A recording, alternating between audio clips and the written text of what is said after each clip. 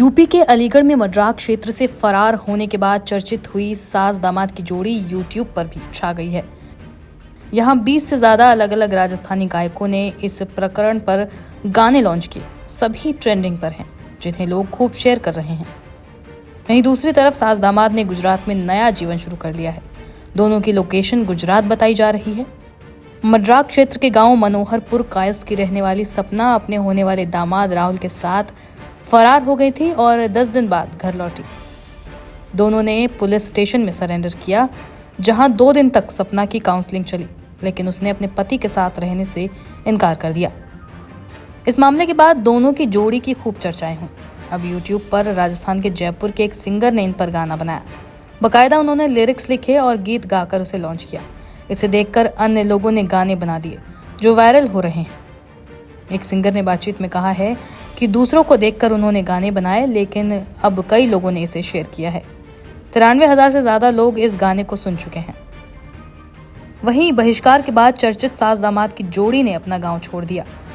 युवक को उसके पिता ने संपत्ति से बेदखल कर दिया। वहीं सास ने दामाद के साथ रहने का फैसला किया। राहुल के पिता होरीलाल ने कहा कि ये रिश्ता उन्हें स्वीकार नहीं है। उन्होंने कहा, मेरा बेटा मर गया है। उस दिन सास दामाद ने पड़ोस के गांव में रात काटी थी। चर्चा है कि 2 दिन तक दोनों आसपास के गांव में रहे, फिर यूपी से चले गए और नया जीवन शुरू कर लिया।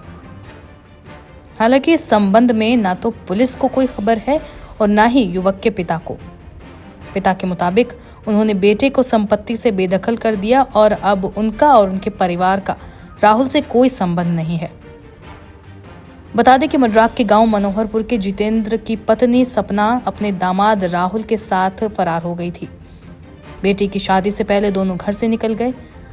दोनों इसके बाद दादो थाना पहुंचे। यहां आकर उन्होंने बयान दिया कि ये दोनों अपनी मर्जी से फरार हुए थे। दोनों जीवन भर साथ ही रहेंगे। इसके बाद जो ड्रामा हुआ वो तो सभी ने देखा। सास ने कहा कि उसका पति उसे मारता था। हालांकि पति ने इस मारपीट के आरोपों से इनकार किया।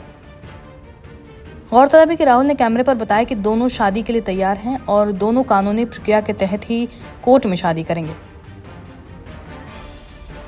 जानकारी हो कि राहुल की शादी सपना की 18 साल की बेटी से 4 महीने पहले तय हुई थी। एंगेजमेंट हो चुकी थी और शादी की तारीख 16 अप्रैल तय हुई थी। इस बीच बातों बातों में सपना को राहुल से प्यार हो गया और ये लव स्टोरी इतनी आगे चली गई कि सपना राहुल के साथ घर से फरार हो गई।